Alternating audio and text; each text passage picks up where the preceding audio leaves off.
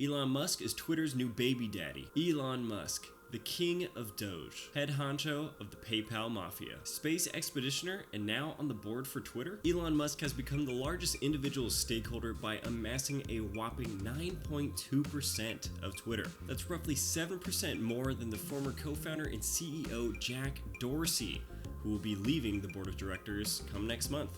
He's probably leaving due to some baby mama drama, and the baby being Twitter.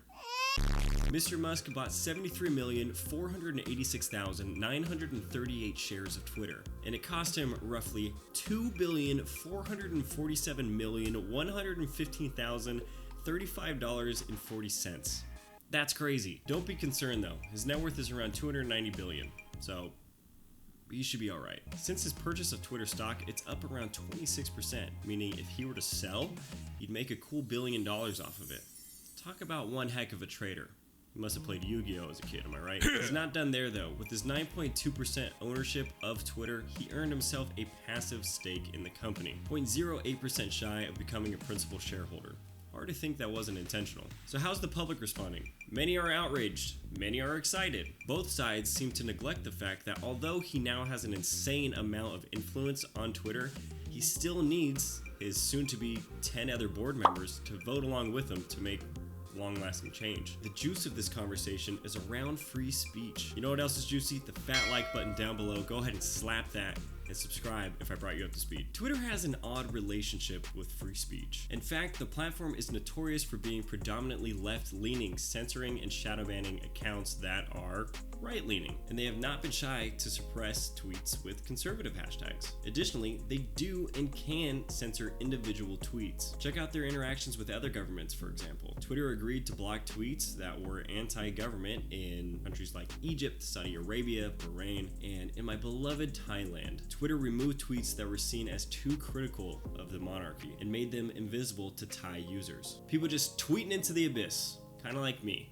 0 likes, still shooting them out. That doesn't mean they do this in every scenario and situation across the board. This simply shows that they do have the power to censor individual tweets, and that they do a great bit of censorship and speech restriction on the application. But here's where it gets dicey. Twitter is a company. Do they necessarily have to abide by our constitutional First Amendment, our right to freedom of speech? Ellen Powell, former CEO of Reddit, doesn't think so. What I'm most worried about is that he gets the company to change its overall standards for all users. And he's talked about wanting to be kind of free speech, which I'm not sure what it means for a private company.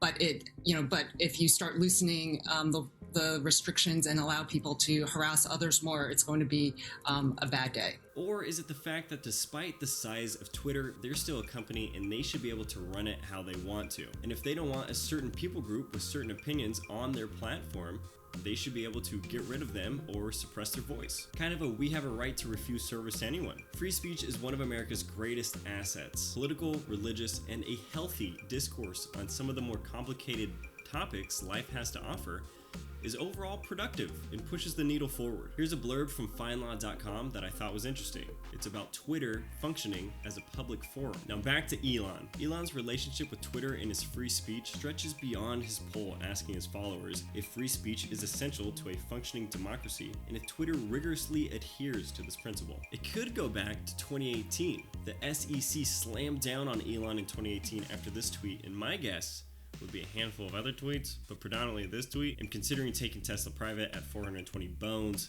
funding secured, when in fact funding wasn't secured, but Elon was like, it's a joke about 420, what are you guys talking about? Traveling back to today, Elon asked a judge earlier last month to block an SEC subpoena that is seeking information about Tesla's public disclosure controls and to undo a set of court orders he and his company agreed to in 2018 and to end the oversight of his tweets. Elon claims the SEC is harassing him with excessively broad investigative demands and that the 2018 deal violates his right to free speech and that he was coerced into the deal. Nonetheless, sounds like Elon Musk has freedom of speech top of mind these days. So let's speculate. What's next for Elon and Twitter? There's been a big hustle and bustle about whether or not Twitter is going to get an edit button. I'm still unsure how this is such a pressing issue when standing side by side with freedom of speech. But I thought this guy's idea on it, not too shabby.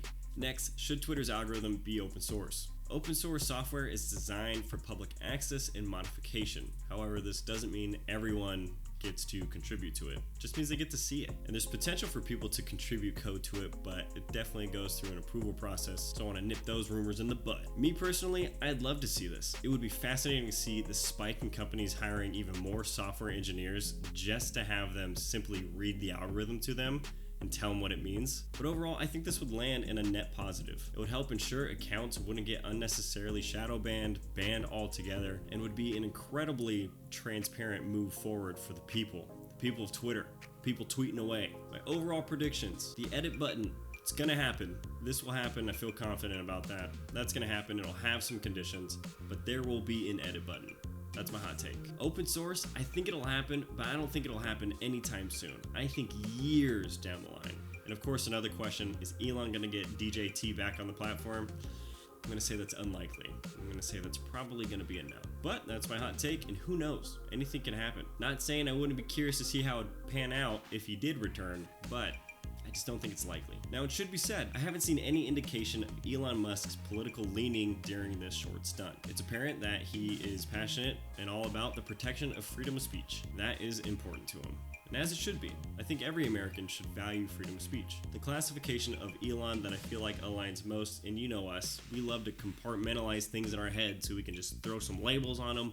But I think free thinker would be the best description. I don't think he's playing to a political side with this move. He said it himself, he's driven by curiosity. And what's curiosity with limits? Also, I cannot make an Elon Musk video without including this beautiful interaction between him and Elizabeth Warren. Elizabeth Warren essentially says, Elon, you're just a big fat freeloader that doesn't pay enough taxes. And Elon says, if you open your eyes for 2 seconds, you would realize I will pay more taxes than any American in history this year.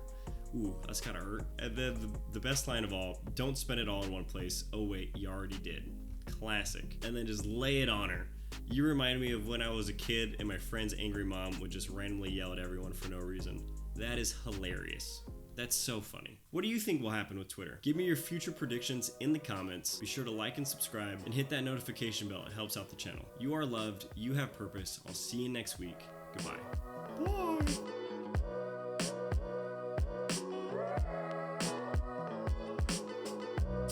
Peace, dog. Peace for real.